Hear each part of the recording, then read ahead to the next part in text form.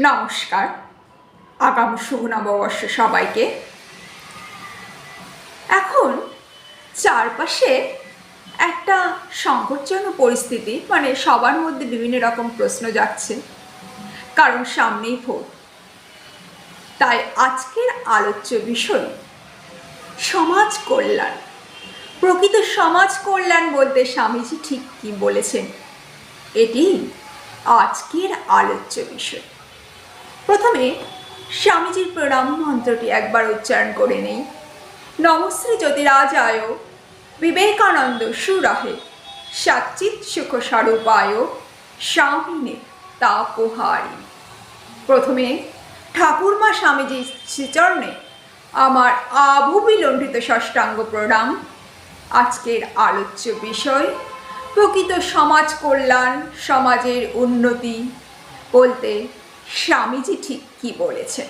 স্বামীজি বলেছেন, যদি এই পৃথিবীতে এমন কোনো দেশ থাকে যাকে পুণ্যভূমি নামে বিশেষিত করা যায়, যদি এমন কোনো স্থান থাকে যেখানে মানুষের ভিতর ক্ষমা, দয়া, মায়া, মমতা, পবিত্রতা, শান্তভাব প্রভৃতি সদ্গুণের বিকাশ সবচেয়ে অধিক পরিমাণে হয়েছে, যদি এমন কোনো দেশ থাকে যেখানে সর্বাপেক্ষা অধিক আধ্যাত্মিকতার বিকাশ ঘটেছে, তবে নিশ্চিতভাবে বলতে পারি তা আর কোথাও নয়, আমাদের এই ভারতবর্ষে।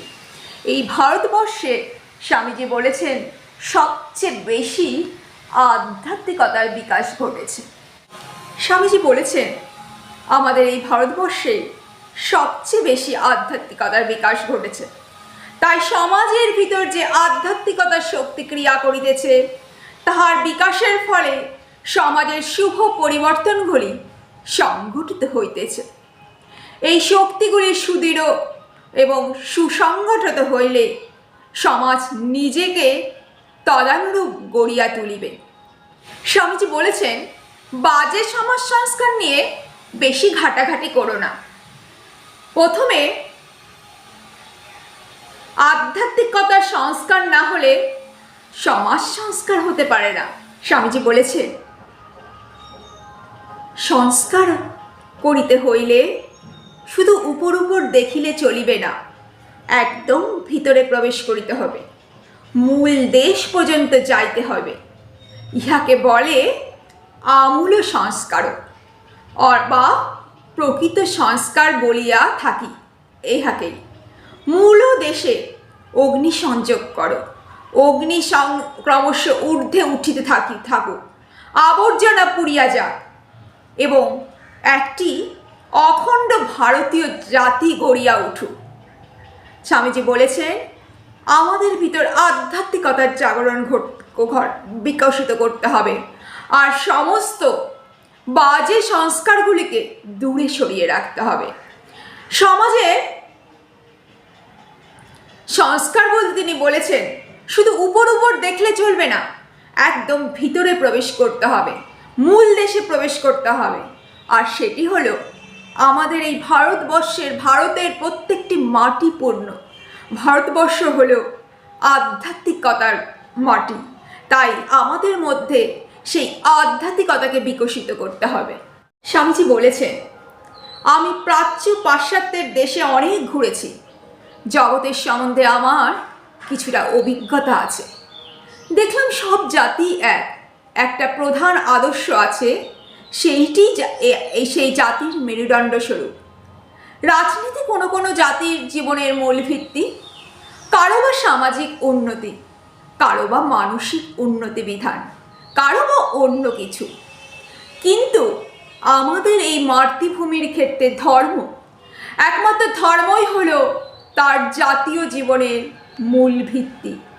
ধর্মই আমাদের জাতীয় জীবনের মেরুদণ্ড, আমাদের জীবন প্রাসাদের মূল ভিত্তি এই ধর্মের উপরেই স্থাপিত।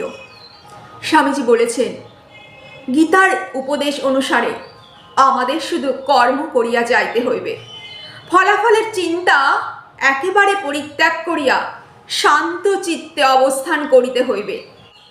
জাতীয় জীবনের পুষ্টির জন্য যাহা আবশ্যক তাহা করিয়া যাও, কিন্তু জাতীয় জীবন স্বীয় প্রকৃতি অনুযায়ী বিকশিত হইবে, কাহারও সাধ্য নাই এই রূপে বিকশিত হও বলিয়া উপদেশ দিতে পারে।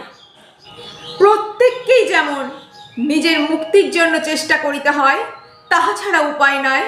প্রত্যেক জাতি সম্বন্ধেও একই কথা। প্রত্যেক জাতির মধ্যে আবার সেই সব নিজস্ব ভালো বিধি ব্যবস্থা আছে, ওইগুলির উপর ওই সব জাতির অস্তিত্ব নির্ভর করে। ওইগুলোকে অন্য জাতির ছাঁচে ঢালিয়া নতুন করিয়া কখনো গড়া চলে না। যতদিন না কোনো উন্নতর বিধি ব্যবস্থা উদ্ভাবিত হয়, ততদিন পুরাতনগুলিকে ভাঙিয়া ফেলার চেষ্টা করা একটি মারাত্মক ঘটনা। হে আমার স্বদেশবাসীগণ, এই অবসরে তোমাদেরকে বলিয়া রাখি যে আমি পৃথিবীর যে সকল জাতি দেখিয়াছি, সেই ভিন্ন জাতির সহিত তুলনা করিয়া আমি এই সিদ্ধান্তে উপনীত হইয়াছি যে আমাদের জাতি মোটের উপর অন্যান্য জাতির অপেক্ষা অধিকতর নীতিপরায়ণ, ধার্মিক এবং আমাদের সামাজিক বিধানগুলির উদ্দেশ্য এবং কার্যপ্রণালী বিচার করিলে দেখা যাইবে যে সেগুলি মানব জাতিকে সুখী করিবার সর্বাপেক্ষা উপযোগী। এই জন্যই আমি কোনো সংস্কার চাই না। এদেশে প্রাচীনকালে অনেক বড় বড় কাজ হইয়াছে, কিন্তু আরও বড় বড় কাজ করিবার এখনও যথেষ্ট সময় এবং অবকাশ রইয়াছে। তোমরা নিশ্চয়ই জানো, আমরা নিষ্ক্রিয় হইয়া বসিয়া থাকিতে পারি না। যদি এক স্থানে বসিয়া থাকি, তবে আমাদের মৃত্যু অনিবার্য। আমাদিওকে হয় সম্মুখে নয় পশ্চাতে যাইতে হবে, হয় আমাদিওকে উন্নত সাধন করিতে হইবে, নতুবা আমাদের অবনতি হইবে। আমাদের পূর্বপুরুষগণ প্রাচীনকালে বড় বড় কাজ করিয়াছিলেন, কিন্তু আমাদিওকে তাহাদের অপেক্ষা উচ্চতর জীবনের বিকাশ করিতে হইবে এবং তাহাদের অপেক্ষা মহত্তর কর্মের দিকে অগ্রসর হতে হইবে। এখন পশ্চাতে হটিয়া গিয়া অবনত হইয়া কিরূপে সম্ভব? তাহা হইতে পারে না, তাহা কখনোই হইতে দেখা হইবে না। পশ্চাতে হটিলে জাতির অধঃপতন এবং মৃত্যু হইবে। অতএব অগ্রসর হও, মহত্তর কর্মসমূহের অনুষ্ঠান করো, ইহাই তোমাদের নিকট আমার বক্তব্য। স্বামীজি বলেছেন, সবসময় আমাদের ভালো কর্মের আয়োজন করতে হবে, ভালো কর্মের প্রয়াস করতে হবে, সেটি আমাদের জীবনের প্রকৃত কর্তব্য। আর আমাদের শুধু কর্মই করতে হবে, ফলের দিকে তাকালে চলবে না। স্বামীজি বলেছেন, সুতরাং সমুদয় সমাজ সংস্কার সমস্যাটি এইরূপ দাঁড়ায় যে সংস্কার যাহারা চায় তাহারা কোথায়? আগে তাহাদিওকে প্রস্তুত করো। সংস্কার প্রার্থীর লোক কই? এই অল্প সংখ্যক ব্যক্তি যে জোর করিয়া অপর সকলের উপর নিজেদের মনমতো সংস্কার চালাইবার চেষ্টা করেন, তা তো অত্যাচার। ইহার মতো প্রবল অত্যাচার পৃথিবীতে কিন্তু আর নাই। অল্প কয়েকজন লোকের নিকট কতগুলি বিষয় দোষমুক্ত হইলেই সেগুলি সমগ্র জাতির হৃদয় স্পর্শ করে না। কিন্তু শুধুমাত্র কয়েকটি সংস্কার কিছু মানুষের জীবনে মনে হচ্ছে সেগুলো ঠিকঠাক, তাহলেই কিন্তু সমগ্র জাতির হৃদয় স্পর্শ করিবে না। স্বামীজি বলেছেন, সমগ্র জাতি নড়ে চড়ে না কেন? প্রথমে সমগ্র জাতিকে শিক্ষা দাও, ব্যবস্থা প্রণয়নের সমর্থ একটি দল গঠন করো, বিধান আপনা আপনি আসবে। প্রথমে যে শক্তি বলে যাহার অনুমোদনে বিধান গঠিত হইবে, তাহা সৃষ্টি করো।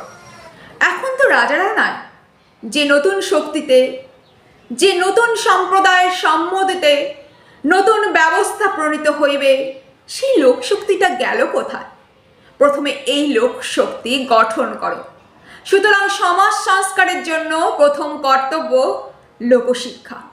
এই শিক্ষা সম্পূর্ণ না হওয়া পর্যন্ত অপেক্ষা করতেই হবে।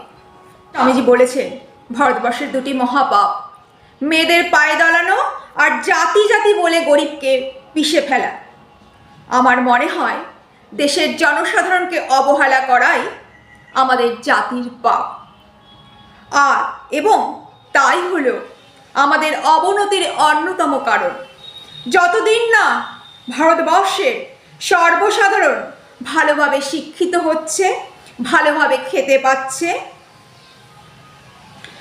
অভিজাত লোকেরা যতদিন তাদের ভালোভাবে যত্ন নিচ্ছে, ততদিন যতই রাজনৈতিক আন্দোলন করা হোক না কেন কিছুতেই কিছু হবে না। তারা আমাদের শিক্ষার জন্য পয়সা দিচ্ছে, আমাদের ধর্ম লাভের জন্য মন্দির তৈরি করে দিচ্ছে, কিন্তু এসবের বিনিময়ে তারা চিরকাল লাথি খেয়ে আসছে। তারা প্রকৃতপক্ষে কৃতদাস হয়ে আছে। স্বামীজি বলেছে, ভারতকে যদি পুনরুদ্ধার করতে হয় আমাদের অবশ্যই তাদের জন্য কাজ করতে হবে। স্বামীজি বলেছেন, আমাদের মিশন হচ্ছে অনাথ, দরিদ্র, মূর্খ, চাষাভূষাদের জন্য। আগে তাদের জন্য করে যদি সময় থাকে তো ভদ্রলোকের জন্য। ভারতবর্ষে আমরা গরিবদের, সামান্য লোকেদের, পতিতদের কি ভাবি? তাদের কোনো উপায় নাই, পালানোর কোনো রাস্তা নাই, উঠবার কোনো উপায় নাই। ভারতের দরিদ্র, ভারতের পতিত, ভারতের পাপীদের সাহায্যকারী কোনো বন্ধু নাই। তারা দিন দিন ডুবে যাচ্ছে। স্বামীজি বলেছেন, প্রভুর কৃপায় আমি এই রহস্য আবিষ্কার করেছি, ধর্মের কোনো দোষ নাই। তোমাদের ধর্ম তো শেখাচ্ছে জগতে যত প্রাণী আছে সকলেই তোমারই আত্মার বহুরূপ মাত্র। সমাজের এই দুরবস্থার কারণ এই তত্ত্বকে কাজে পরিণত না করা, সহানুভূতির অভাব, হৃদয়ের অভাব। স্বামীজি বলেছে, মনে করবে দরিদ্রের কুটিরেই আমাদের জাতির জীবন। জাতির ভাগ্য নির্ভর করে জনসাধারণের অবস্থার উপর। তাদের তুলতে পারো, তাদের স্বাভাবিক আধ্যাত্মিকতার প্রকৃতি না নষ্ট না করে কি তাদের লুপ্ত ব্যক্তিত্ব ফিরিয়ে দিতে পারো তোমরা? স্বামীজি বলেছেন, আমাদের কাজের মূল কথাটা সবসময় মনে রেখো, ধর্মে এইটুকু আঘাত না করে জনসাধারণের উন্নতি। তোমরা কি সাম্য, স্বাধীনতা, কার্য এবং উৎসাহে ঘোর পাশ্চাত্য এবং ধর্মবিশ্বাসে এবং সাধনে ঘোর হিন্দু হতে পারো? এইটুকুই করতে হবে এবং আমরা এইটুকুই করব। স্বামীজি আমাদের সবার উন্নতি সাধনের কথা বলেছে, সব মানুষকে সমান চোখে দেখতে বলেছে, তাহলেই এই ভারতবর্ষের উন্নতি হবে। এগুলো যদি আমরা একটু করে ভাবি তাহলে আমরা একটু নতুনভাবে বাঁচতে পারবো, নতুনভাবে সবার দিকে তাকাতে পারবো, সবাইকে ভালোবাসার হাত, ভ্রাতৃত্বের হাত বাড়িয়ে নতুন সমাজ গড়ে তোলার চেষ্টা করতে পারবো। আজ এখানেই। জয় ঠাকুর, জয় মা, জয় স্বামীজি।